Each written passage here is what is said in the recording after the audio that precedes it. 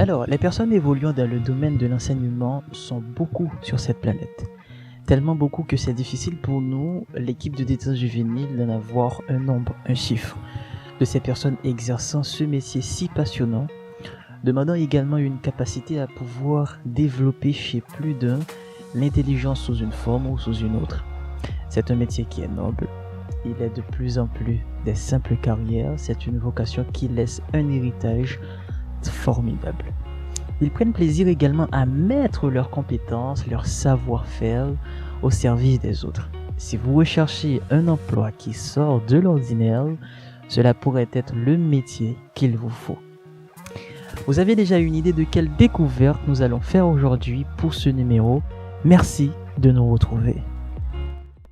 Détente juvénile vous propose d'apprendre plus d'un métier ou d'une profession, grâce à sa toute nouvelle rubrique à la découverte. Alors, ne zappez pas. Bienvenue à chacun de vous, bienvenue dans la rubrique à la découverte sur Détente juvénile. Cette rubrique vous permet d'apprendre davantage les faces cachées d'un métier, d'un domaine, dans l'objectif de vous donner une influence beaucoup plus positive. Si vous êtes perdu dans le choix de votre champ de compétences ou d'expertise, si vous doutiez également encore du choix de domaine choisir pour vos études professionnelles, soit pour votre licence ou votre master, doctorat ou autre, eh bien, nous faisons des découvertes avec des personnes ayant déjà étudié dans n'importe quel secteur d'activité, que ce soit l'administration, le marketing, l'entrepreneuriat, la gestion, le droit, l'enseignement, la psychologie, la communication, l'agronomie, etc. Car les domaines, ils sont beaucoup.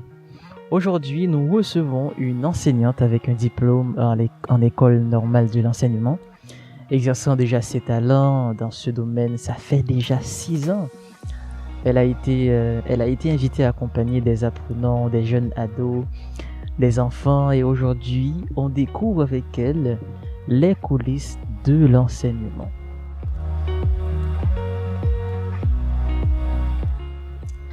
Alors, c'est ici que nous allons recevoir notre invitée. Elle est là avec nous. Bienvenue, Madame Sylvestre. Merci Jonathan Ruben, bonsoir et bonsoir à tous les passionnés de détente juvénile. Et comme Ruben l'a si bien dit, je suis Darlene Sylvestre, enseignante. Il est vrai que j'ai d'autres cordes à mon arc, mais quand même, on va s'arrêter là. Et c'est vraiment un plaisir de pouvoir participer à cette belle émission. Par l'occasion, j'en profite pour vous complimenter, Jonathan. Merci. Et vous remercier également pour l'invitation. Alors, c'est toute l'équipe qui te remercie également. Alors, je suis là pour me détendre avant tout juvénilement. Et je vais essayer de partager avec tout le monde le peu de ce que je sais sur l'enseignement. On devrait peut-être garder ce mot que vous avez dit là. Me détendre juvénilement. Oh, wow.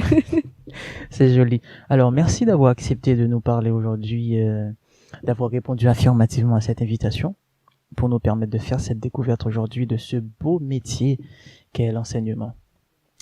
Alors, une petite présentation de vous, comme vous venez de le dire, et vous êtes Darlene Sylvestre, vous exercez ce métier, ça fait déjà 6 ans. Je suis vieille. Ok. Oh là là là là, c'est grave. Un métier que vous exercez déjà, ça fait 6 ans, mais ça fait beaucoup d'années d'expérience, hein. Beaucoup d'années d'expérience, mais aussi d'apprentissage aussi, car en exerçant un métier, il y a autre chose que ça nous apprend aussi. J'aimerais bien commencer par cette première question en vous demandant comment ont été pour vous ces premières années d'expérience et jusqu'à aujourd'hui, car vous êtes toujours en fonction, non? Oui, j'y travaille encore. Comment ça a été pour vous les premières années d'expérience? Alors, pour mes débuts, c'était pas aussi facile parce que normalement, après avoir eu la formation en enseignement, j'ai été sur le tas. En étant à l'école, je me suis dit, bon, là, je n'aurai pas de formateurs, c'est moi seule qui dois faire l'effort de prouver à moi-même tout ce que j'avais appris. Le premier trimestre de ma première année, c'était vraiment un calvaire. C'est-à-dire dans l'apprentissage pendant que vous apprenez... Non, c'est là, je te parle avant tout de quand j'ai été à l'école normale pour l'apprendre. Ok. La route était un peu pénible, ok. Et puis, il y avait des amis, on nous renvoyait vers les 2h30. Chez vous. Exactement. Et j'habitais pas vraiment à proximité de l'école. Donc, tu t'imagines, C'est une c'était belle vraiment pas distance. facile. Mais étant donné que c'est un métier que j'ai à cœur, Ok. je me suis dit, ben oui, Darlene, ça vaut la peine Ok. d'y aller et de terminer, de boucler la formation. Ok. Et pour l'école, quand j'ai eu la chance de travailler, c'était également pas facile Ok. parce que j'étais seule. Et malheureusement, je n'avais pas trouvé des personnes Qui ressources pouvait qui te- pouvaient m'accompagner. Parce que tu sais, quand on travaille en enseignement, il nous faut toujours préparer un cahier, Mhm. ce que je n'avais pas. Préparer un cahier, c'est-à-dire. Préparer le cahier, c'est détailler en quelque sorte les notions qu'on va voir au cours de la journée et au Ok. cours de la semaine. Ça dépend de la classe qu'on va accompagner aussi. Dans Dépendamment. toutes les classes, il nous faut un cahier de préparation parce que on ne peut pas vraiment improviser dans ce domaine. Ok. OK? Il y a des prérequis que les élèves doivent avoir et puis vous également, on va dire que le cahier c'est comme un guide. Ok. Tu sais que tu as travaillé en français et en français, étant donné que c'est un domaine Qui est assez vaste, Mhm.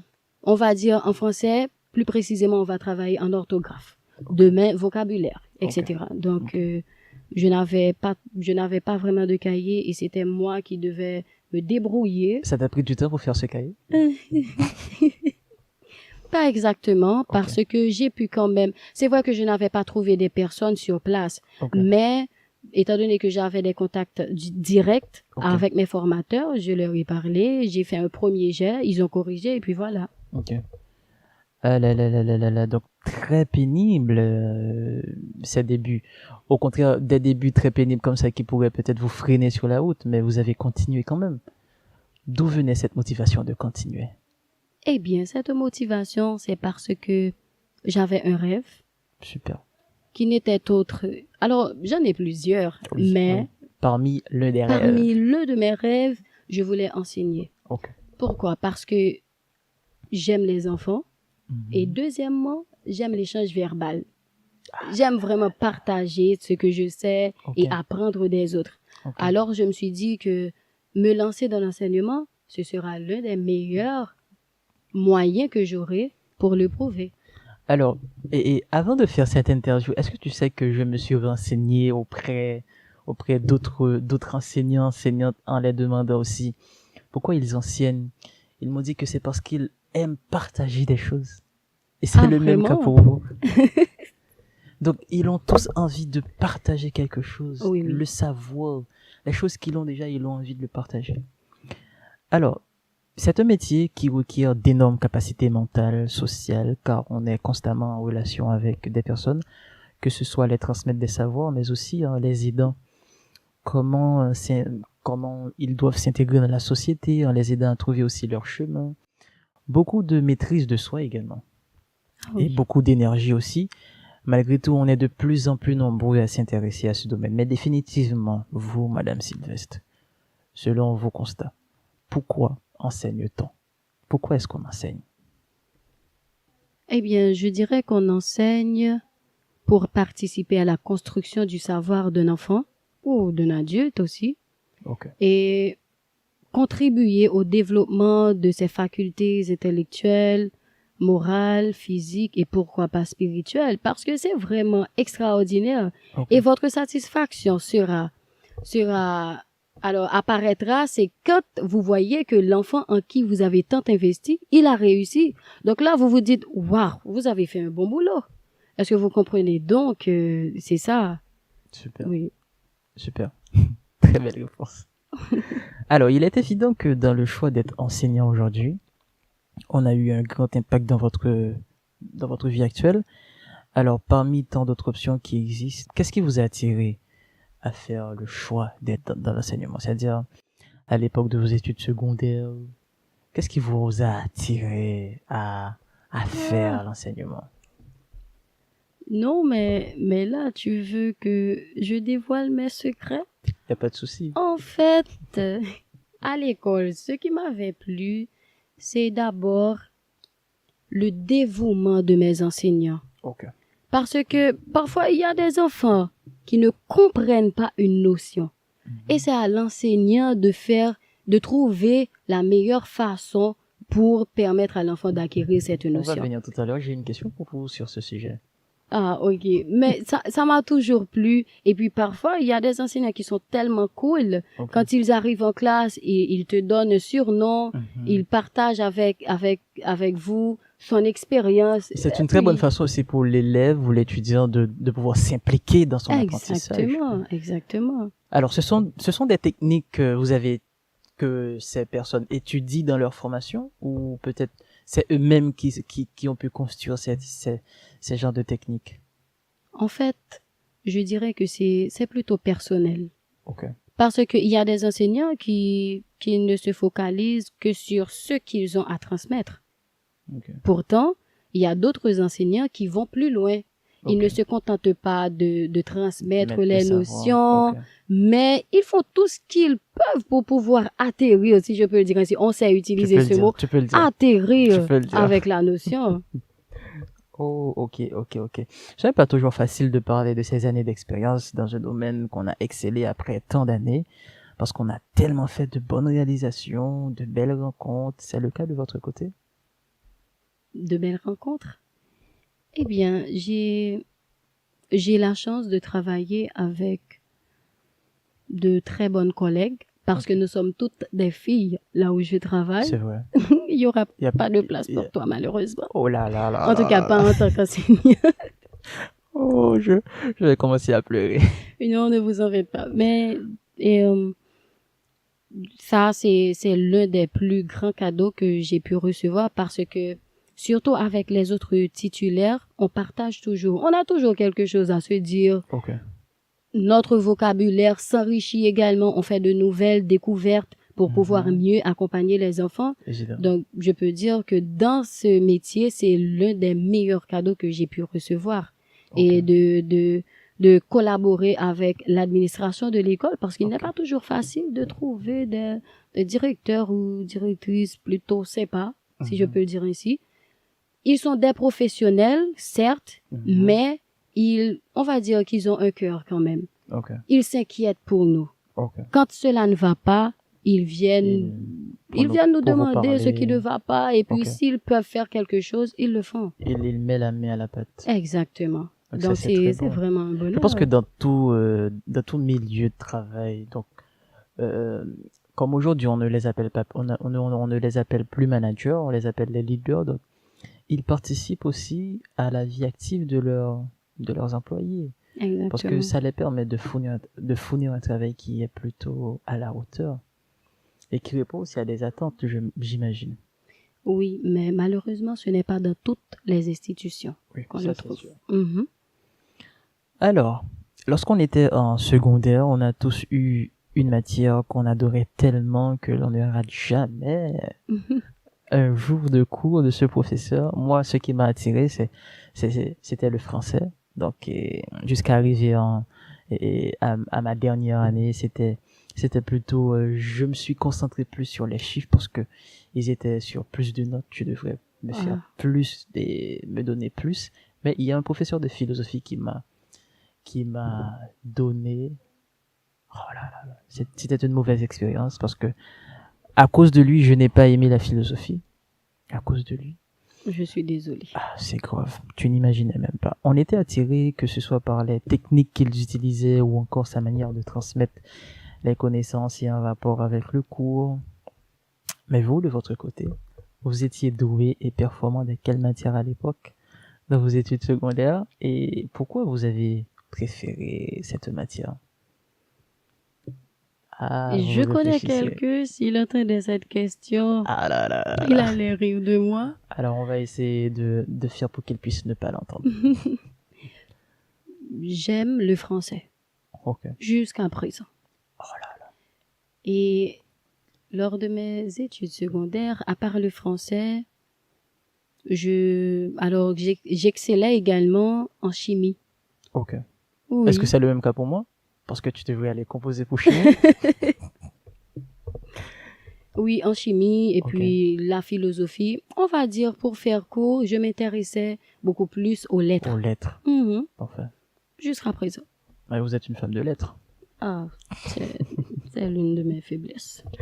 Alors, et oui, mais vous parlez de français, est-ce que vous enseignez le français aussi? En fait, le niveau dans lequel j'évolue, parce que je suis responsable des enfants en grande section. Grande section, c'est-à-dire... De la maternelle, Ok. c'est en maternelle. Donc, je fais toujours le français, j'y travaille. Ok. Cependant, en primaire, c'est beaucoup plus élargi parce qu'il y a l'orthographe, il y a le vocabulaire, il y a Production écrite, production orale. exactement. Ok. Mais avec les petits, ce n'est pas ainsi. Ce n'est Donc, pas difficile pour vous, bon, avec les petits et les moins petits. pour les inculquer, Oui. Bon, Avec les enfants, c'est plus facile, vous voyez? en fait, parfois c'est difficile. Ok. Et l'une des choses que j'avais eu comme regret, c'est, en fait, je peux dire que c'était un mythe. Ok. Parce que je ne voulais jamais travailler en maternelle. Je ne le souhaitais pas. C'est vrai. Ben Raconte-nous. oui, même, même quand j'ai été à l'école normale, Mhm. parce que là où j'étais alors, Ok. il y avait une école aussi. Il y Ok. avait l'école normale et l'école primaire pour les enfants, Ok. maternelle jusqu'à 9e année fondamentale. Ok. Et donc, le directeur voulait toujours que j'aille faire un stage en maternelle, ce que je ne voulais pas. Mhm. Mais étant donné que c'était important, Ok. parce que là, on n'est pas maître de soi-même, Oui. et puis on est étudiant, on est quand même là pour apprendre. Pour apprendre. Et pourtant, c'était une préparation. Je ne le savais pas, c'était une préparation. Alors, quand je suis arrivée à l'école pour enseigner à la maternelle, je me suis dit, ouais, j'aime tellement discuter avec les grands, Oh oh. leur donner un sujet pour Oui, débattre. Comment oui, je vais oui. faire avec les tout petits? Et ça a été, ça, c'était vraiment difficile pour moi. On va dire que c'était le plus difficile. Ok. Parce que quand j'ai des enfants de 5 à 6 ans en face, Mhm. je ne pouvais pas m'exposer totalement pour leur dire, voici un sujet, nous allons débattre. Qu'est-ce que tu en penses? Mhm. Est-ce que tu comprends? Ouais, ouais, je Mais vois. étant donné qu'il s'agissait de la méthode active, j'utilise la pédagogie active. Du coup, il y a des interactions Ok. avec des enfants. Est-ce que c'est parce que avant, et peut-être vous n'avez pas réfléchi à quel type de pédagogie utiliser pour les avoir dans ton groupe, les enseigner? Ce n'était pas vraiment ça parce que en faisant la pédagogie qu'on nous a enseignée à l'école normale, c'était la pédagogie active. Ok. Je n'avais aucun problème à cela, mais mon problème c'était avec les petits parce que je me suis dit je ne pourrai pas vraiment, alors mon vocabulaire ne sera Ok. pas enrichi non plus. Adapté avec ces enfants. Mhm. Jusqu'à maintenant, vous êtes avec la maternelle. Oui. Alors, la responsabilité. Mes chers amis, nous sommes toujours avec notre invitée Darlene Sylvestre aujourd'hui. On découvre avec elle les coulisses du métier d'enseignement. Notre invitée va nous aider à voir beaucoup plus la responsabilité qu'il y a chez les enseignants.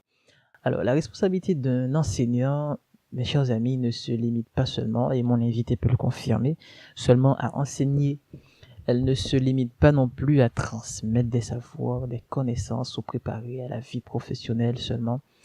Car peut-être, et sans nul doute, autres chapeaux ils l'ont, et d'autres tâches les ont été peut-être attribuées, ou encore relèvent de leur responsabilité. Alors, Madame Sylvestre, pendant l'exercice de votre fonction en tant qu'enseignante, quelles autres tâches ou autres fonctions vous ont été attribuées dans le cadre de votre domaine? Comment vous vous êtes surpassé à ces différents défis? D'une manière générale, il y a, comme tu l'as si bien dit, il y a tout un ensemble d'aspects. Il y a d'autres aspects Oui. dont l'enseignant doit déjà faire preuve et Ok. respecter. Par Ok. exemple, il y a l'aspect pédagogique. Bon, de Oui. toute façon, tout le monde le sait. Mhm. L'aspect pédagogique relève de la La responsabilité de l'enseignant. Ah, Cependant, c'est pas l'école qui donne. non, l'école Pas un vous programme? donne la programmation. On va dire Ok. le programme de préférence. Ok. Et puis, l'école vous informe de la pédagogie qu'elle utilise. Parfait. Parce qu'il y a des écoles qui utilisent toujours la méthode traditionnelle et Ok. d'autres La la méthode méthode traditionnelle, c'est comment il est? La méthode traditionnelle, c'est celle-là qu'on avait utilisée quand on a été à l'école. Ok. L'enseignant vient, fait les cours, et Il puis s'en va. tu prends des notes, tu vas étudier, tu rédiges tes devoirs, et puis voilà. Tandis que la méthode active, l'enfant participe réellement à son apprentissage. C'est-à-dire, on va dire, si on travaille en sciences, on dit que, écoutez les amis, vous savez, l'eau est indispensable à la vie. Il faut essayer de trouver un moyen de le prouver. Si vous parlez de l'existence de l'air, malgré le fait qu'on ne peut pas le voir, mais on peut le sentir, il faut trouver un moyen pour permettre à l'enfant de le découvrir. Ainsi, c'est plus facile parce que ça va aider l'enfant quand il va faire des évaluations. Il n'aura qu'à réfléchir à l'expérience Qu'il a pu faire. Exactement. Donc, à l'école te dit, bon voilà, notre institution gère la pédagogie active. Et puis de toute façon, tu t'arranges. Si cela ne te convient pas, si tu sais que tu n'avais pas eu la chance de travailler en méthode active, soit tu t'informes pour être à la hauteur, Oui. soit tu vas voir ailleurs. Bon, est-ce que quelqu'un pourra voir ailleurs? Non, quand je dis voir ailleurs, c'est aller dans une autre école dans une autre école. où l'on utilise la méthode traditionnelle. Mais je pense que ce serait peut-être plutôt un nouveau défi à relever pour un enseignant. Oui, certains enseignants accepteront le défi. Oui. J'ai des amis qui l'ont fait parce que on n'a pas tous la chance de travailler en pédagogie active. Okay. J'ai des amis qui travaillent en pédagogie traditionnelle et active et d'autres en pédagogie traditionnelle. Que pensez-vous d'une école qui est toujours dans la pédagogie traditionnelle? Vous pensez qu'ils devront passer à la méthode active selon l'exemple que vous venez de m'expliquer là? Eh bien, je pourrais dire qu'il ne faut pas rester dans la routine. Okay. Parce que le monde change, le monde évolue. Pourquoi donc vouloir rester stagnant? Okay. Les écoles, vous savez que c'est pas toujours facile de casser la routine. Toutefois, les autres écoles, de par les bienfaits qu'apporte la pédagogie active dans l'apprentissage des enfants, ce serait bien qu'elles essaient d'utiliser cette méthode. Je ne vais pas dire que l'école doit catégoriquement laisser tomber la pédagogie traditionnelle parce qu'elle a quand même son bienfait. Son bienfait, oui. J'ai été instruit ainsi. Évidemment. Mais toutefois, il faut essayer de se pencher en pédagogie active. C'est à ce moment-là même qu'on voit le mal qu'on nous a fait dans la pédagogie traditionnelle. Ah oui. Parce que peut-être ça aurait peut-être développé plus notre capacité à faire les choses. Oui, parce que dans la pédagogie active, Ruben, c'est l'enfant qui apprend. De par ses expériences, l'enfant découvre ce qu'il va apprendre. Est-ce que tu vois? Il manipule. Par exemple, en maternelle, on vient avec de la pâte à modeler. On demande à l'enfant de former un bonhomme tétard. OK? Si on travaille en EPS, qui est l'éducation physique sportive, on organise des jeux avec l'enfant. L'enfant, parfois, on essaie de permettre à l'enfant de constituer ses propres consignes. Est-ce que tu comprends? Ça apporte beaucoup de bénéfices, de bienfaits également aux enfants. Et ils sont devenus plus autonomes aussi. Ah oui, parce que, imaginez-vous, j'ai ma cousine, ma petite cousine, elle n'aime vraiment pas étudier. C'est vrai. Ah oui. Pourtant, quand j'essaie d'utiliser la pédagogie active avec elle, c'est comme si j'étais l'enseignante remplaçante. C'est plus facile pour elle, mais c'est vrai. Parce que en méthode active, on ne donne pas beaucoup de leçons à l'enfant. C'est l'enfant qui constitue, de concert avec l'enseignant, bien sûr, sa trace écrite. Est-ce que tu comprends? L'enfant arrive chez lui, et puis l'élève arrive chez lui, il étudie la trace écrite, il se rappelle de l'expérience qu'il avait, et puis voilà. Oui. Donc on n'est pas là pour, par exemple, demander aux gens de me suivre, mais vous les demandez de faire le chemin avec vous? Pourquoi pas? Et il y a, je sais pas, mais je me suis renseigné avant notre interview. Moi, j'ai fait tellement de Non, mais recherches c'est après normal. l'interview de voir que, et il y a un dicton qui dit, enseigne-moi et j'oublie, ou bien peut-être, et montre-moi, je participe, ou bien je capte plus rapidement. C'est-à-dire quand on enseigne, l'étudiant a tendance, ou bien l'élève a tendance à oublier. Mais quand vous m'invitez à partager, donc moi j'apprends beaucoup plus. Oui, oui, c'est vrai. On est toujours dans la pédagogie active. C'est bon. Et pour ceux qui écoutent, ils peuvent se référer à certains pédagogues. Ok. Célestin Freinet. D'ailleurs, c'est à lui que l'on doit la méthode active. Active. Il a été l'un des pédagogues à prôner la méthode active. Ok. OK? Donc, ils peuvent se référer à Célestin Freinet, Jean Piaget qui a parlé des différents stades du développement de l'enfant. C'était Ok. un psychologue et un pédagogue aussi. Ok. Moi, je ne prône pas totalement la méthode montessorienne Ok. parce que je sens qu'il y aura quand même une faiblesse là où l'enfant a la liberté d'apprendre. Mhm. Est-ce que tu comprends? Et il apprend ce qu'il veut, Exactement. sans accompagnement. Voilà. Donc, mais je préfère parler Ok. de Célestin Freinet et de Jean Piaget. Super. Très belle référence. Je sais que pour ces dernières années dans votre fonction d'enseignante, peut-être que vous étiez invité à travailler avec tout type d'âge, c'est-à-dire adolescents, enfants, adultes. Alors, nous allons les prendre tranche par tranche pour essayer d'illustrer un peu les méthodes, car les méthodes utilisées pour enseigner à un enfant ne seront pas les mêmes méthodes utilisées pour enseigner à un jeune adolescent ou à un adulte. Alors, voyons voir l'enseignement que vous utilisez.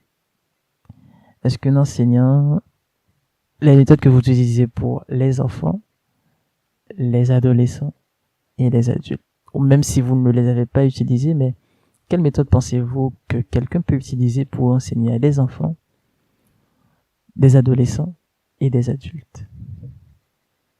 Alors, on va dire que la méthode est presque la même. Ok. Là, je vous parle de la méthode active. Active. En maternelle, on constitue 3 groupes. Ok. Parfois, on donne un nom à chaque groupe, Ok. mais on répartit ces 3 groupes en fonction de l'intelligence, de la capacité ou encore du potentiel de l'enfant. Ok. Il y a grand parleur, moyen parleur, petit parleur. Ok. Donc, c'est toujours la même méthode. Avec les adolescents, ce sera un peu différent parce que les matières sont beaucoup plus nombreux. et puis elles sont plus nombreuses, elles sont plus vastes également, ça demande beaucoup plus de recherche, tout ça. Et je pense qu'ils n'ont pas un formateur, ils ont plusieurs formateurs. Et quand on est en primaire, on a un enseignant qui travaille à temps plein. Oui. Dans la majorité des cas, ça se fait ainsi. Donc, l'enseignant travaille à temps plein dans sa salle de classe. Okay. Donc, c'est à l'enseignant de travailler en mathématiques, en français, en sciences, en histoire, etc. Oui, évidemment. Par contre, arrivé en fondamentale, on va dire 7e jusqu'à la 9e année, certes, les enseignants, alors il y aura toujours un enseignant affilié à chaque matière, oui. Mais si l'école adopte une pédagogie active, les enseignants vont se conformer et ce sera toujours facile. Comment ils font? Ils divisent la classe en 2. Okay. On va dire s'ils travaillent toujours en sciences ou en histoire, ils prennent un groupe. Okay. Ce groupe a un travail en autonomie. OK? Mais quand même, l'enseignant doit avoir un œil sur ses enfants. Sinon, si à chaque fois que vous leur donnez un travail à faire en autonomie et que vous ne vérifiez même pas, la prochaine fois, ils vont faire du n'importe quoi. Oui, parce qu'ils vont dire, vous n'avez pas l'œil sur eux. Je vous parle en connaissance de cause. Voilà pourquoi on l'a choisi. L'autre groupe fait la découverte avec l'enseignant. Ensuite, l'enseignant fait la rotation. Super. Super. Mais comme vous m'avez confirmé tout à l'heure, j'allais poser la question, est-ce qu'un enseignant peut faire ses propres techniques pour pouvoir transmettre des savoirs? Et vous m'avez dit que ça dépend. Oui, ça dépend de l'enseignant. Ok. Moi, personnellement... Mais tout en utilisant soit la pédagogie active, soit la pédagogie traditionnelle. il a la responsabilité de bien transmettre les notions. Et il doit également s'assurer que ces notions ont été bien acquises par ses enfants. L'enseignant peut ne pas avoir un caractère sympa. Ok. Est-ce que tu comprends? Mais quand même, il se doit de bien transmettre ses cours. Moi, par exemple, en salle de classe, Mhm. je joue avec mes enfants. Super. Parfois, j'imite la voix d'un bébé, Mhm. juste pour essayer de les aider à mieux acquérir les notions. Tu comprends? Tu les mets à leur place. Ah, mais bien sûr, ils se sentent dans l'ambiance. Et puis, bon, parfois, il ne te donne même pas la possibilité Mhm. de travailler. Wow. Parce qu'il te pose la question, par exemple, un groupe conversationnel, si tu leur dis, alors, dites-moi ce que vous aviez fait à la maison. Wow! Ah, ils vont te Si tu dire. ne les arrêtes pas. Oh, Non, franchement. Jésus, papa. Et je pense qu'il y a une façon de communiquer avec ces enfants-là. Oui, oui. Il y a une manière de les parler. Sinon, ils vont sentir que c'est un peu trop brut. Ils vont Trop se lourd sentir également. non seulement trop lourd, mais aussi ils vont peut-être se refermer par rapport à un autre groupe d'enfants qui est plus avancé. Et là, on est obligé d'adapter une communication qui marche avec chaque enfant. Alors, avant tout, vous savez qu'être enseignant, cela exige qu'on soit courtois. Pourquoi je parle de la courtoisie et de la convivialité aussi? Mhm. C'est parce que tu m'as parlé des enfants qui vont se sentir gênés pour prendre la Oui. parole. Donc, si l'enfant se sent en confiance, je t'assure, dans la plupart du temps, il va travailler, il va pouvoir parler. Oui, Il ne super. restera pas taciturne, tu comprends? Mhm. Et puis, il y a aussi, l'enseignant également doit être toujours à l'affût de nouvelles connaissances. Parce qu'il se peut. Et puis, vous devriez être un leader aussi. Ok. Ah, tu ne le savais pas? J'aime le leader et j'aime aussi toujours en quête de nouvelles connaissances. Exactement. Je ne peux me permettre de toujours travailler avec un cahier que j'avais depuis 2018. Je peux trouver quelques ressources, Oui, mais comme je l'avais dit bientôt, le monde change. oui. Et les enfants que tu avais en 2018 Tu ne ne les sont auras pas pas. les mêmes Oui. Le que public ceux de change. 2023. Oui. Exactement. Il faut savoir s'y adapter. Ceci, c'est pour te dire qu'être enseignant, cela exige qu'on fasse un travail personnel sur soi-même. Savoir gérer ses émotions. Avoir un enfant qui n'arrive pas à mieux comprendre. Mhm. Et pourtant, tu as le temps d'expliquer Oui, à maintes reprises. c'est difficile. Ah là là. Si tu ne te contrôles pas, tu vas t'énerver et tu Oui. n'as pas ce droit. Parce tu que tu es comprends? là pour l'accompagner. On est là pour l'accompagner exactement. Waouh. Mais j'imagine que que vous aussi, dans votre fonction, vous vous mettiez énormément dans votre métier. Eh ben oui, je suis obligée. Même quand j'ai des problèmes, je laisse mes problèmes à l'extérieur de l'école. Avoir un enfant qui te dit, Madame, tu es jolie, ça te permet d'oublier quelques soucis. Oh là là. On ne demande pas plus. Seulement Oui, ça. donc adapter son langage, c'est également. Je voulais ajouter aussi Mhm. que l'enseignant doit avoir un langage simple, Ok. dépendamment de la tranche d'âge. Ok. Pour les enfants on va dire, de 3 jusqu'à 6 ans, il y a un langage. Mhm. Il faut toujours essayer d'utiliser des mots simples. Il faut être clair aussi et concis. L'enseignant ne doit certainement pas donner des consignes très longues Ok. à des enfants. Ils ne vont pas comprendre. Comprendre. OK? Et puis c'est étape par étape. Je n'ai pas dit qu'il nous faut qu'il ne faut pas enrichir le vocabulaire de l'enfant, mais tout Mhm. doit se faire étape par étape. Oui. Et j'ai un exemple dans la classe, les élèves, alors mes élèves savaient dire bon appétit. Je leur ai dit mais c'est bien. Étant donné qu'à présent, cette année, vous êtes des champions, on ne va plus dire bon appétit. On va dire bonne dégustation. Est-ce que tu comprends? Mais avec les grands, j'allais dire carrément, mais qu'est-ce qui vous prend? Vous dites bonne dégustation. Mhm. OK? Donc, il faut avoir un langage clair avec Ça, les c'est enfants. très bien l'exemple. J'aime l'exemple surtout. Non, ça fait plaisir. Et la réponse positive qui est c'est bien. Donc, on ne commence pas par dire c'est mal, mais Oui. on permet à l'enfant de voir ce qu'il a dit c'est bien. Donc, on va changer cette année, on va utiliser. D'où Bonne dégustation. l'importance d'être un leader aussi et d'avoir la confiance de vos enfants. Parce que déjà, il se peut que vous ayez 2 ou 3 collègues avec vous dans la classe. Vous devriez orienter ces collègues et orienter vos enfants. Vos enfants. Mais si vous êtes toujours, si vous avez toujours un caractère drôle, vous dites, oh, comment ça, bon appétit? Vous ne savez pas que vous devriez dire bonne dégustation. Je t'assure, il y a des enfants qui ne vont jamais retenir ce Et mot. peut-être même arriver chez eux, ils vont dire, madame, mamie, la madame a dit aujourd'hui. Oui. Ah, Parce tout qu'ils le temps, rapportent les parents toujours. viennent me trouver. Oh. Madame Darline, je ne sais plus quoi faire. Mon enfant me dit, c'est pas ainsi que je dois dire. Est-ce que je dois venir vous trouver également pour que vous puissiez me faire? M'apprendre. Oh, les enfants nous apprennent tellement de bonnes Ah oui, choses. ouais. Et certaines fois, ils ont plus. Je suis désolée pour les parents qui t'écoutent en ce moment. Oui. En ce moment. Nous sommes désolés. Nous sommes vraiment désolés. Oui. Il y a des enfants qui font plus confiance Aux professeurs. aux professeurs qu'à leurs parents. C'est dur, mais c'est la réalité.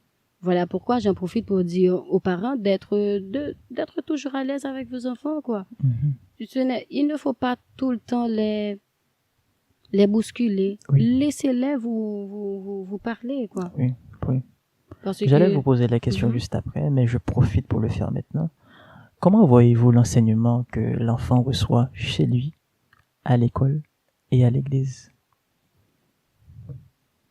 je pense que ça va plus loin. Il s'agit, je pourrais dire qu'il s'agit plutôt de l'éducation.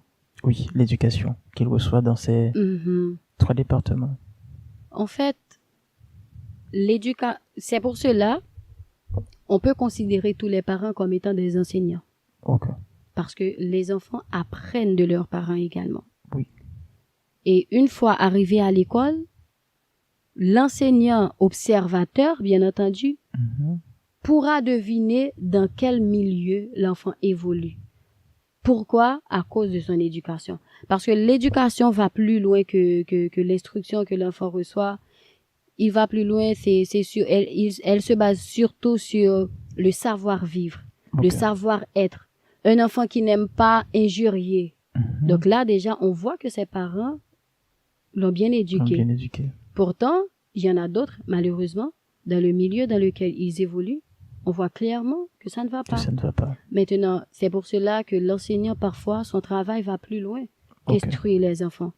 Il en profite aussi pour éduquer l'enfant. Super. Et en ce qu'il s'agit de l'éducation que l'enfant reçoit à l'église, dépendamment de l'église, il y a toujours une exception. Évidemment. Il y a toujours une exception. Alors l'église enseigne à l'enfant d'obéir à ses parents. On ne va pas rentrer dans les détails pour dire en grandissant, est-ce que ce que le parent demande à l'enfant de faire, est-ce que c'est bien ou pas? Parce que on ne parle pas d'une obéissance aveugle. Oui. OK?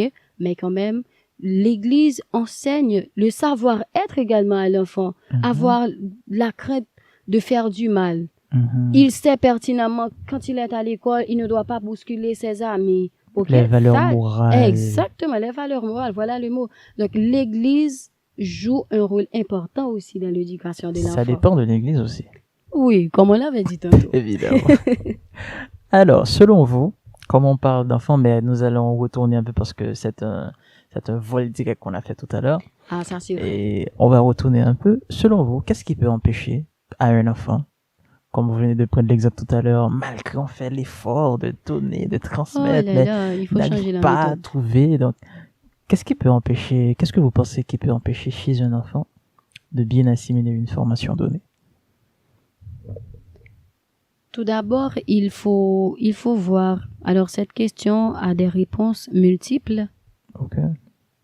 Il faut voir d'abord, il faut s'informer de l'environnement dans lequel l'enfant vit, surtout à la maison. Est-ce qu'il a une alimentation saine? Est-ce que ses parents le maltraitent? Ou est-ce que les parents dont il a, ce sont des parents qui se disputent, tout le temps? Et puis, à l'école aussi, comment il réagit? Il faut voir tout ça. Ça se pourrait également que l'enfant a un problème. Un problème psychologique. Psychologique. L'enseignant est là pour identifier ce problème informer la direction. C'est pour cela que l'enseignant joue un rôle également, j'avais oublié de le mentionner, joue un rôle de médiateur entre les parents, la direction et les enfants. Donc, l'enseignant observe l'enfant. S'il a utilisé plusieurs autres méthodes pour pouvoir permettre à l'enfant d'acquérir la notion et que cela ne marche pas, cela signifie que c'est un problème beaucoup plus grave. Et ce n'est pas à l'enseignant d'essayer de se dire, bon, je suis enseignant, je crois que je peux l'aider. La meilleure façon d'aider cet enfant, après avoir utilisé plusieurs méthodes, c'est d'informer ses parents et la direction. Et comme ça, on pourra suggérer aux parents d'essayer de voir un psychologue ou un spécialiste. Okay. Il y a différents troubles. Il y a la dysphasie. Dans ce cas, l'enseignant, surtout s'il n'est pas l'éducateur spécialisé, l'enseignant ne pourra pas prendre cet enfant sous sa responsabilité. Avoir 20 enfants, par exemple, ou 25, et on doit tous les gérer. D'abord, la meilleure chose, c'est d'informer les concernés et puis leur suggérer de voir un orthophoniste. Okay. Cela va de même pour c'est pareil pour les autres aspects. Okay. Donc c'est ça. Super.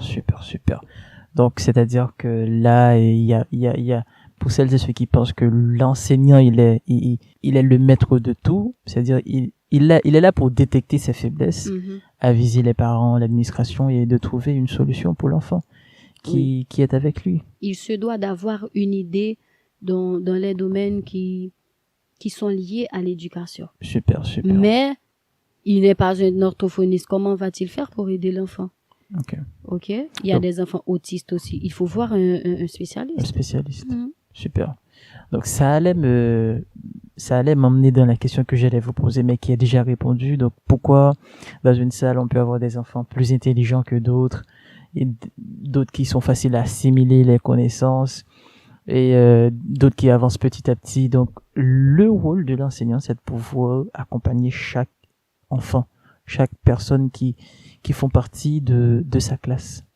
Oui, en effet, parce que chaque enfant a son propre rythme. Ils n'ont pas tous le même niveau de QI, ce qui est le quotient intellectuel. Et puis, il y a des enfants en écriture, ils sont vraiment doués. Pourtant, en maths, ils font 0. Il y a certaines personnes qui prennent le malin plaisir de dire, oh, cet enfant-là, il est ça. Mais ce n'est pas vrai. Il faut voir le meilleur de l'enfant. Il faut essayer de trouver le talent de l'enfant. Il y a un auteur qui a écrit un livre dans le même cas qui s'appelle Jean-François, qui a écrit les 7 profils d'apprentissage. Donc il y a des gens qui apprennent par le kinesthésique. Exactement. Par la motivation. Le même pour Einstein, Albert Einstein, qui était une personne à l'époque de son enfance qui savait étudier seul parce qu'il a appris comment il apprenait. Donc nous sommes dans la méthode apprendre. Il a appris comment il apprenait et puis ça lui a permis d'apprendre seul et c'est la raison pour laquelle il a surpassé de génération en génération et jusqu'à aujourd'hui on parle de lui. Il était surdoué. Oui. Ça arrive dans une classe. Un enfant peut être calé en tout, ok? Mais les autres peuvent ne pas avoir cette même capacité, mais ils auront quand même quelque chose de bon chez eux, que ce soit en écriture, en coloriage, et puis en français aussi. Il y a des enfants qui sont très intelligents, mais pourtant, quand il s'agit de diction, c'est 0. Or, il y en a d'autres qui ne sont pas trop calés, mais en diction, mon cher, franchement. Mon cher, c'est calé. J'imagine que à la maternelle, l'enfant se sent épanoui, mais en montant dans le fondamental secondaire, cet enfant-là, il perd tout ce qu'il a appris à la fondamentale.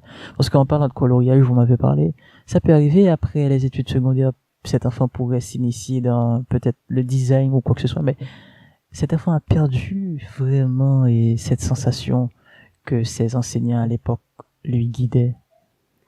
Ceci doit être un travail continu.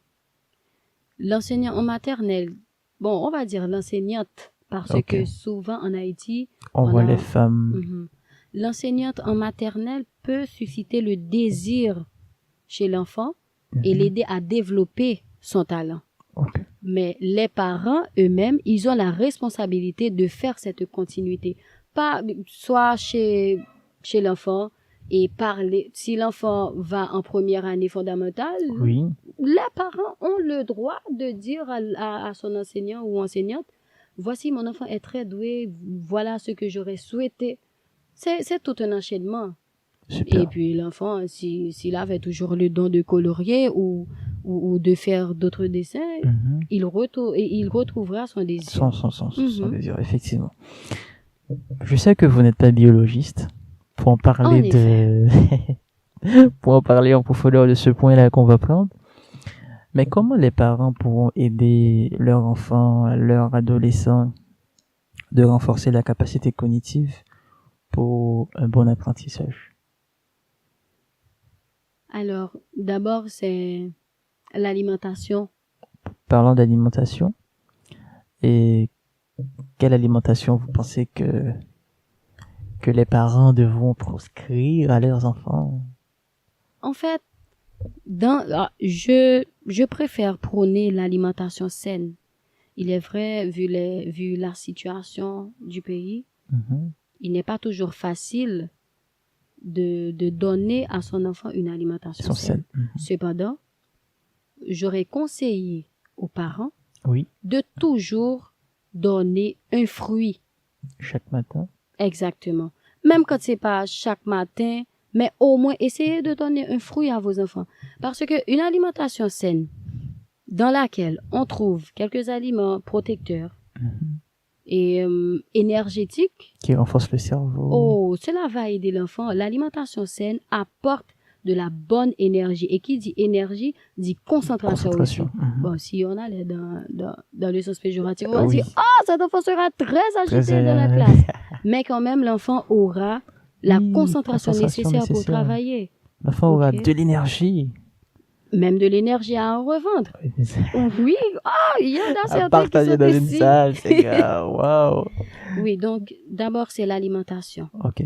Et puis, déjà, on peut parler un peu de viande, un Ok. peu de lait, Ok. des fruits et des La suite, légumes. oui. Parfois, Céréales aussi. au lieu de prioriser des fritures, Mhm. prioriser de préférence les fruits, La les suite. légumes, Mhm. tout ce qui peut apporter des Des nutriments nutriments à l'organisme de de l'enfant. l'enfant. Parce que déjà, tu sais entendre dire, ça ne Mhm. vide pas camper. Ah, évidemment. Imagine qu'un enfant arrivé à l'école, il n'a mangé que des biscuits. Mhm. Cet enfant, probablement, il vous donnera du fil à retordre. Ok? Et lorsque cet enfant donnera ses fils à retordre, vous allez dire que c'est parce c'est- qu'il ne travaille pas, et pendant que le travail qui devrait être fait à la base n'a pas été fait. Donc, c'est surtout à la direction de suggérer aux parents de le faire. Et l'enseignant peut donner des directives, Mhm. informer la direction pour dire, voilà, cet enfant, voici ce qu'il apporte. Parce que quand même, on vérifie les boîtes des Ok. enfants. Mhm. Donc, si on voit un enfant qui apporte tout le temps des biscuits, et je préfère ne pas dire le mot parce que le Mhm. directeur que j'avais dit arrêtez de manger sec. Je préfère ne pas dire le mot, mais Pas grave, pas grave. l'enseignant pourra quand même parler Ok. à la À la direction direction. et puis quand même suggérer aux parents d'utiliser au mieux l'alimentation saine. Saine. Super. Cela va aider l'enfant. Super. Il pourra atteindre l'objectif L'objectif, escompté. oui. Mhm. Oui. Et je pense que les parents aussi en retour seront très fiers des résultats. Tout à fait. Parce Tout à que fait. l'objectif premier, c'est ça. Alors, nous venons de faire un tour d'horizon des différentes parties qui concernent votre domaine. Et selon vous, pourquoi une personne devrait choisir le domaine de l'enseignement? Et juste avant, il y a quelque chose qui m'est passé par la tête quand tu m'as parlé la façon dont les parents pourront mieux accompagner les enfants. Oui. Mis à part l'alimentation saine, Ok. les parents doivent dialoguer avec les enfants. Ok. Tu as emmené ton enfant à l'école, en revenant, il faut impérativement lui demander ce qu'il a fait en classe, ce qu'il n'avait pas compris. Ok. Ainsi, tu pourras mieux accompagner l'enfant. Si tu n'as pas les bagages nécessaires, parce que ce sont des choses qui arrivent, Oui. si tu n'as pas les bagages nécessaires, tu te réfères à l'enseignant. Comme Ok. ça, il pourra reprendre. Certes, l'enseignant saura que l'enfant n'a pas bien assimilé la Assimiler les- notion, Mhm. mais quand même, le parent pourra informer l'enseignant que l'enfant n'avait pas compris telle ou telle notion. Tout De ça. revoir ça avec lui. Et le métier d'enseignement, Mhm. si on considère la rémunération, On ne se lancera pas. personne ne se lancera. Je suis Mhm. désolée de le dire, Oui. mais c'est la réalité. Toutefois, comme je l'avais dit tantôt, le fait de participer au développement d'une personne, c'est Mhm. extraordinaire parce qu'on a la chance de partager tout ce que l'on sait. Mhm. Et surtout, en primaire, on va apprendre. Évidemment. Parce qu'en enseignant, il y a des choses qu'on apprend sur les enfants, les difficultés qu'ils traversent, Mhm. ou encore ce qui leur font plaisir. Mhm. Donc, tout le monde ne pourra jamais se lancer dans De l'enseignement. ce métier. Oh, comment on allait faire pour avoir des Oh, mais médecins sérieux. ou des architectes. Des Mais, avocats. d'une manière générale, par le simple fait d'avoir ce sentiment de satisfaction, Mhm. le fait d'avoir partagé ce que l'on sait et d'observer le résultat de cet enfant qui deviendra quand même un citoyen, Mhm.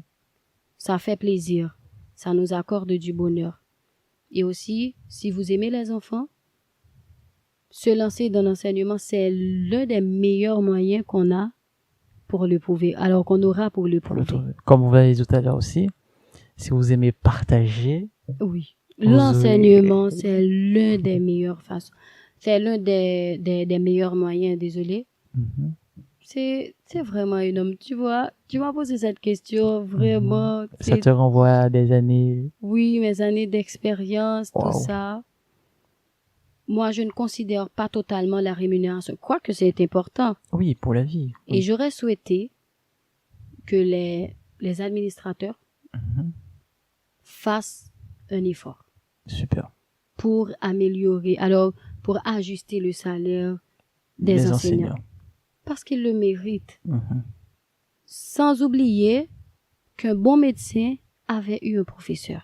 Super. Un architecte l'avait Avait eu. Des avocats, des ingénieurs, etc. Mhm.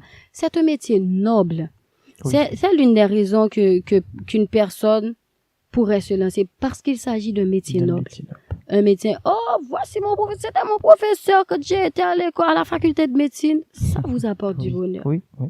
Ok, donc, Waouh. le reste est, s'il s'agit d'un rêve, Mhm. foncez, Foncez. foncez. N'ayez pas peur. Si tu avais un autre domaine à choisir autre que l'enseignement, tu aurais pu choisir quel autre domaine pour le développement de ta carrière professionnelle? Mais je l'ai déjà choisi. Ah, t'avais pas autre domaine. J'en avais pas parlé parce que j'étais là pour parler uniquement de l'enseignement. Super. Et puisque j'aime la communication, je compte bien me perfectionner en quelque sorte là-dessus, Super. faire une étude plus avancée Plus avancé, super. parce que j'ai étudié les sciences juridiques. Ah oui, pour te défendre, hein. Oh, oh. Pour défendre des Wow. têtes juvéniles, quoi. Peut-être qu'on devrait peut-être réserver un autre numéro pour découvrir cette facette chez toi. Oui, et l'autre domaine que j'aime vraiment, waouh, je suis férue de ce domaine, c'est l'entrepreneuriat. Il est vrai que je n'ai pas été à une école d'entrepreneuriat pour l'apprendre, mais j'ai eu des mentors. Super. Je l'ai appris sur le tas. Sur le tas. Et ça me permet d'avoir la capacité de convaincre. Quand j'ai des produits, quand même, je dois convaincre. Évidemment. Et la capacité de vendeur, de faire passer un produit. Tout à fait. En fait, sans vouloir trop rentrer dans les détails, pour l'entrepreneuriat, il ne suffit pas seulement de vendre, mais toujours est-il nécessaire que le produit que vous vendez est très efficace. Mhm. Et c'est ce qui va te donner beaucoup plus de capacité pour convaincre. Parce que tu connais ton n'es produit. pas faux Oui. dans ce que tu dis connais et ton tu le produit, connais oui. entièrement Voilà. et tu l'utilises aussi. Mhm. Il ne faut pas dire, ah, écoutez, prenez le Dobelex. Est-ce que tu l'as déjà pris? Non, pas vraiment. Alors, mon cher, non. Mhm. Est-ce que tu comprends? Donc, si j'aurais à choisir à nouveau, je dirais c'est L'entrepreneur. l'entrepreneuriat, la communication et je compte bien me spécialiser également en éducation pour Super. devenir une éducatrice de la petite enfance. Super. Parce que je commence déjà à vieillir. Mais c'est pas vrai. Non, mais c'est vrai, en enseignement. Donc, il me faut vraiment oui, aller plus haut, spécialisation. remonter la pente. Oui. Ah là là là là là. En vous écoutant là, quelqu'un devrait prendre plaisir d'apprécier votre carrière et aussi de se donner une autre, peut-être d'autres orientations. Parce que c'est bien lorsqu'on fait ce qu'on aime. Oui, oui. Et c'est encore mieux quand là où tu travailles, tu reçois. Alors, on reconnaît ta valeur. Je ne parle pas pour moi personnellement, Oui, mais je parle en faveur des autres enseignants. oui. Je ne suis pas porte-parole, hein, Mhm, mais oui, quand même, on je connaît. parle en leur faveur Mhm, parce je connais des enseignants qui se donnent à fond et qui ont l'amour de leurs De enfants. leurs- Cependant, les autres conditions ne sont tellement pas réunies ok. que quand tu leur parles de l'enseignement, ils ont plus envie de te dire « Ah, ce fut un mauvais choix ». Donc, c'est toujours aux responsables d'essayer d'améliorer Super. la situation ou encore la La condition de condition vie de vie des des enseignants. enseignants. Super. D'ailleurs, une valeur reconnaît Reconnaître. toujours une autre valeur. Super, super, super. Alors, et maintenant, on va passer peut-être rapidement avant de prendre vos conseils, parce que oui, nous aurons besoin de vos conseils avant de partir. Et quels sont vous avez parlé tout à l'heure de la courtoisie, la manière de communiquer. Quelle autre compétence pensez-vous qu'offre le métier d'enseignement? Quelle autre? Quelle autre compétence vous voyez qui a été développée en vous, ou bien peut-être qui est développée chez les enseignants qui vous accompagnent? Le désir, alors d'abord je ne vais pas dire qu'il s'agit réellement d'une compétence, Mhm. mais on a toujours le désir de se surpasser, Super. d'apprendre, d'effectuer toujours des recherches afin de s'améliorer. Mhm. Et puis, l'autre compétence, moi personnellement, Mhm. je suis devenue secrétaire. Wow. Je vais te dire pourquoi. Pas en bonne et due forme. Oh, oui, oui, oui, oui. Figure-toi que c'est moi qui suis chargée de transmettre des messages via un groupe qu'on a, Mhm. un groupe WhatsApp qu'on a. C'est Ok. moi qui suis responsable Mhm. de transmettre ces Ce messages. message. C'est pas être secrétaire, ça. Évidemment. C'est être secrétaire. Évidemment. Et puis, mis à part être la médiatrice, je suis devenue en quelque sorte gestionnaire. Super. Gérer le temps, Mhm. gérer les collègues qui collaborent avec moi. Le Parce travail que, d'équipe. exactement, dans ma salle de classe, j'ai 2 dames qui travaillent, qui collaborent avec moi. Super. Je dois pouvoir les gérer. Mhm. Voilà pourquoi j'avais parlé de leader. Ok. Être enseignant, cela doit développer. Parce que ce n'est pas dans tous les cas. Il y a des enseignants qui ne prennent pas le plaisir de le développer. Être enseignant demande également qu'on soit un leader. Parce Super. et qui dit leader? C'est partager les objectifs. Exactement. Donc, on ne passe pas de l'ordre, mais on invite plutôt les autres à faire, à Oui, partager oui. notre idée. Et pour les enseignants qui m'écoutent, Mhm. comme tu l'as dit, ce n'est pas donner des ordres. Mhm. Tu as une méthode, tu dis, mesdames ou messieurs, voilà ce que j'ai. Mhm. Vous en pensez quoi? Oui. Eh bien, on va essayer de l'adapter dans la classe. Eh bien, vous le faites. Ensuite, vous me direz ce que Ce cela que donne. ça donne, oui. Gestionnaire, mis à part la gestion du temps, je dois gérer mes collègues, je dois m'assurer que les notions qu'elles transmettent soient bien transmises. Mhm. Et j'aurai cette assurance en leur demandant et en vérifiant si vraiment, à travers les enfants, si vraiment les enfants avaient bien acquis ces notions. Super. Gestionnaire, Oui, tu évidemment. comprends? Oui. Et puis administratrice aussi. Ah oui, tous les domaines. Parce que finalement, être enseignant par Ça rapport à renvoie à tout ce, oui, plusieurs compétences. tout ce qu'on vient de développer là, cet aspect psychologie aussi, pour comprendre comment on réfléchissent les autres, pour pouvoir adapter nous-mêmes avec eux et puis adapter notre communication avec eux aussi. Oui, devenir très observateur. Super. C'est important, observateur. Avant de gronder l'enfant, eh ben oui, avant de gronder l'enfant, observez-le. Et puis, vous devriez savoir, est-ce que cet enfant savait perturber la classe? Mhm. Un enfant qui l'a fait pour une fois, et puis tu dis, hey, qu'est-ce qui se passe? Oui, oui, oui. Non, Peut-être il qu'il faut ne l'a être pas fait. Oui. très observateur. On doit voir qu'est-ce qui a détecté cette réaction chez cet enfant. L'élément déclencheur, c'est primordial. Et si on n'observe pas, si on ne développe pas cette capacité, comment est-ce que nous allons faire pour mieux accompagner les enfants? Ce sera un peu difficile. Ah là là là là. C'était un plaisir. Non, c'est pas pour dire que c'est fini, mais j'ai aimé vous parler aujourd'hui de ce beau métier d'ailleurs que beaucoup de personnes devraient se lancer. Nous venons de voir un long parcours par rapport à cette découverte. À toutes celles et ceux qui nous écoutent en ce moment et qui ont besoin d'un message positif pour se lancer vers ce beau métier si passionnant, mais qui ont peur de se lancer, vous leur diriez quoi pour booster leur motivation de se lancer? Pour booster leur motivation, c'est tout comme Nelson Mandela l'a si bien dit, l'éducation, c'est l'arme la plus puissante pour changer le monde. Oui. Alors, tout ce qui se passe à travers ce pays, on va dire à 95%, là je vais fort. À 95%, c'est parce que les enfants n'ont pas eu une bonne éducation et n'ont pas eu la chance d'aller à l'école. Alors, pour ceux qui aimeraient se lancer, vous allez vous concentrer sur cette idée, vous appuyer sur cette idée, qui n'est autre, si je participe au développement de ses facultés intellectuelles d'un enfant, et morales aussi, je pourrais être sûr qu'au moins le monde changera. Et si d'autres personnes décident de faire comme moi, c'est sûr qu'on aura un monde différent.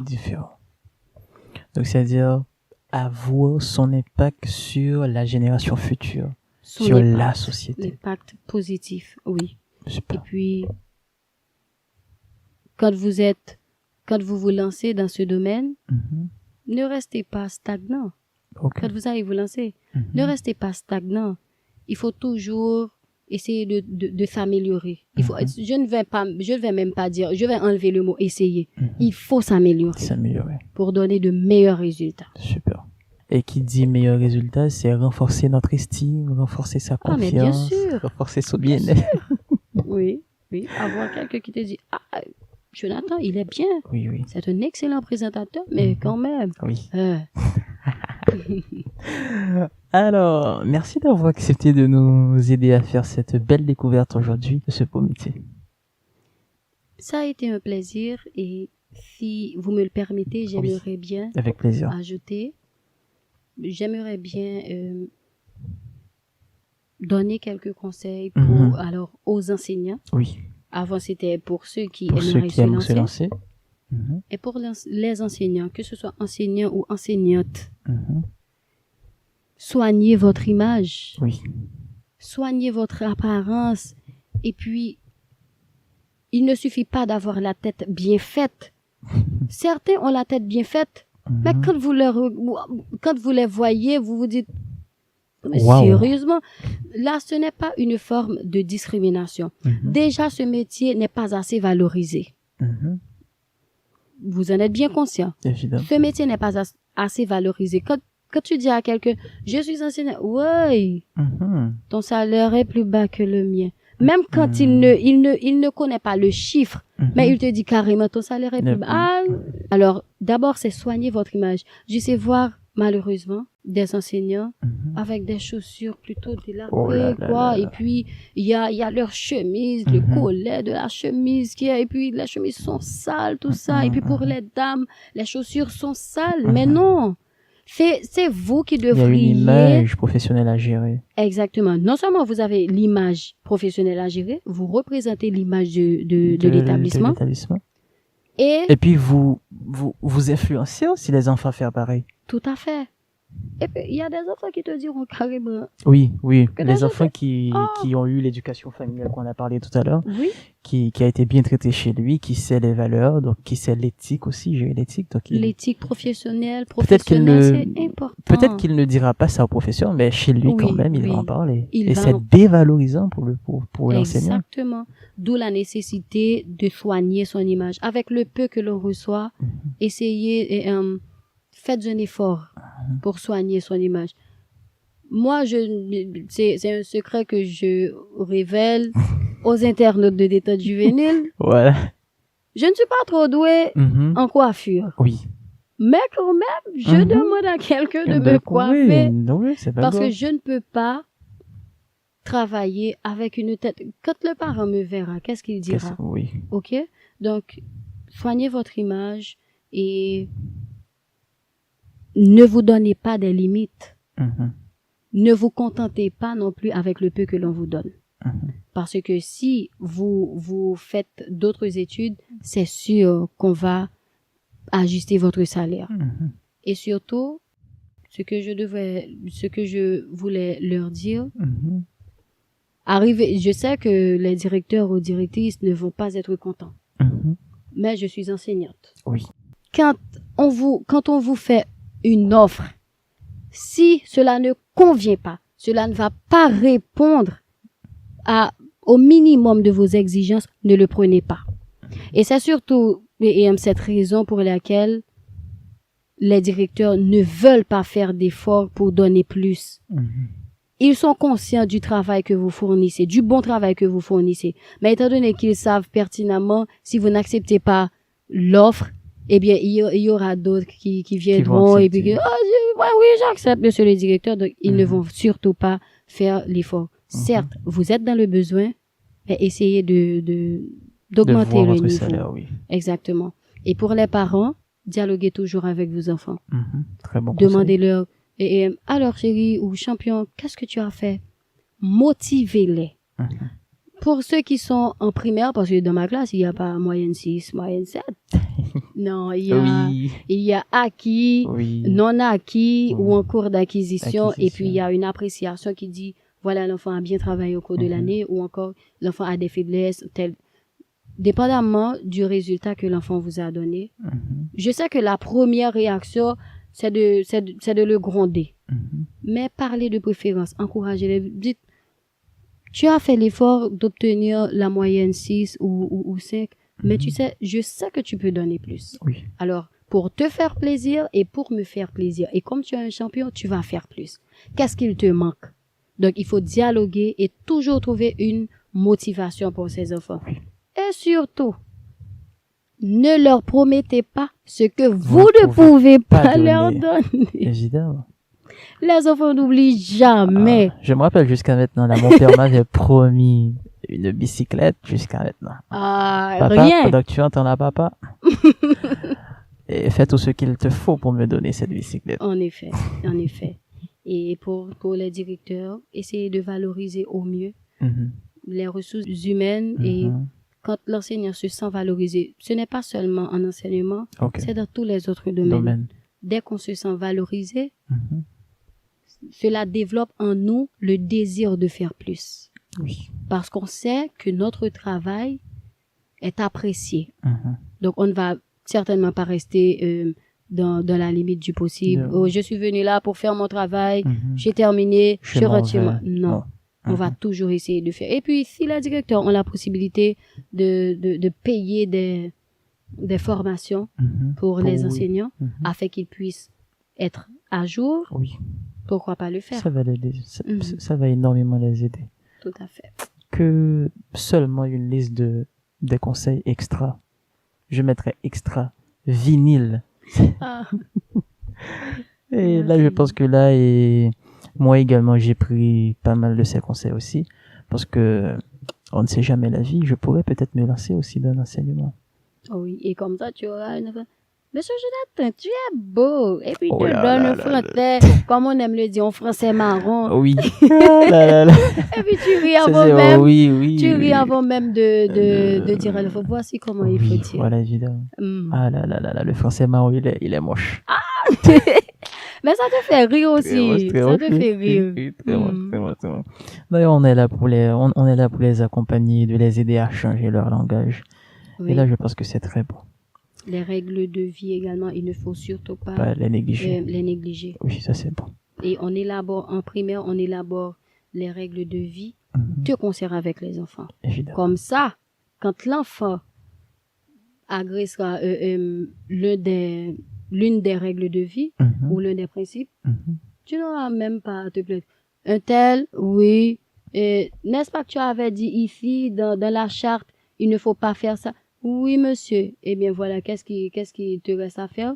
Il Oui. va au coin. Oui, oui, oui, voilà. C'est pareil pour les petits. Bon. Donc, on ne passe pas de l'ordre, mais on évite plutôt la personne. Ça, c'est la communication pendant qu'on passe. Ça, c'est la communication assertive. On ne demande pas aux gens ce qu'on veut, mais on dit ce qu'on veut. Par exemple, tu as donné l'exemple tout à l'heure de ne pas dire à l'enfant et d'éviter à motiver l'enfant plutôt. J'aimerais que tu puisses faire mieux. Alors, qu'est-ce qui te manque? Oui. Alors, j'aimerais que tu fais plus. Qu'est-ce qui te manque? C'est-à-dire, même les gens aussi qui nous écoutent, essayez de pratiquer la communication assertive. Lorsque quelqu'un vous fait quelque chose, ne dites pas à la personne, un tel, tu m'as fait, mais dites plutôt, un tel, j'ai pas aimé, j'aimerais que tu changes. Tout à fait. Si cette personne ne peut pas changer, alors, c'est soit que tu changes ou toi On se tu n'es casse. pas. Alors, moi, c'était un plaisir de pouvoir vous recevoir aujourd'hui et c'est sur ces notes qu'on met fin à ce numéro pour aujourd'hui. Et un plaisir, Madame Sylvestre. D'ailleurs, ça fait très longtemps qu'on devrait préparer cette interview, mais Ah oui, bon, oui, oui, quelques oui. soucis nous a empêchés de le faire. Tout le plaisir a été pour moi également de partager tout en m'amusant juvénilement Oui, évidemment. le peu Ah, de ce que je je sais. vais noter avant de partir. Certes, c'est un métier vaste, mais j'espère de tout cœur que les internautes vont apprendre Oui, et pourquoi pas essayer de mettre en pratique ce qu'ils souhaitent, évidemment. ce qu'ils souhaitent faire. Ce qu'ils souhaitent faire. Madame, monsieur, dès que vous sentiez l'envie d'apprendre et apprendre encore, d'avoir de nouvelles compétences, je vous le dis, et mon invité peut le confirmer, lancez-vous. Si vous aviez eu des doutes du choix sur le métier d'enseignement, sachez que c'est un beau métier dès qu'on sait ce que l'on veut faire véritablement. Fin de ce numéro, madame, monsieur, très prochainement, nous recevons un entrepreneur qui nous expliquera en gros les bases pour se lancer dans l'entrepreneuriat et comment apprendre à fructifier ses chiffres d'affaires, à tenir l'équilibre, car vous êtes de plus nombreux à lancer une petite ou moyenne entreprise et qui au bout de mois tombe peut-être en faillite, pas parce que vous n'êtes pas bon, mais peut-être qu'il vous manque peut-être quelques techniques. J'ai hâte de vous retrouver pour ce numéro et j'espère que mon invité aussi l'attendra parce que tout à l'heure elle a parlé d'entrepreneuriat. Et laissez au max vos pouces bleus et également vos commentaires. Je serai très très très ravi de vous lire. Mon invité veut confirmer quelque chose avant de partir. C'est vrai que j'avais déjà dit au revoir. Je me rends compte, j'étais tellement prise par l'idée. Ce n'est pas pour l'entrepreneuriat, donc c'est pour les règles de vie. Je pourrais dire que c'est transgresser. Ok. Il y a des gens qui écoutent et qui vont apprendre. Oui. Alors, s'il vous plaît, c'est transgresser ou encore enfreindre Ok. des lois. Super. Ok, donc si vous parlez aux enfants, et je sais que vous êtes très talentueux, ne dites pas agresser, Oui. mais plutôt transgresser Transgresser. ou enfreindre Enfreindre. les lois ou les principes Oui. qu'on avait établis. Mais évidemment, très bonne rectification parce que tu es dans la science juridique. Voilà. Oui, oui. Alors, laissez au max vos pouces bleus et également vos commentaires. Je serai très très très ravi de vous lire car ça nous permettra de comprendre que vous attendiez impatiemment ce numéro. C'est pareil pour moi. Évidemment. Merci beaucoup. Abonnez-vous et à très vite.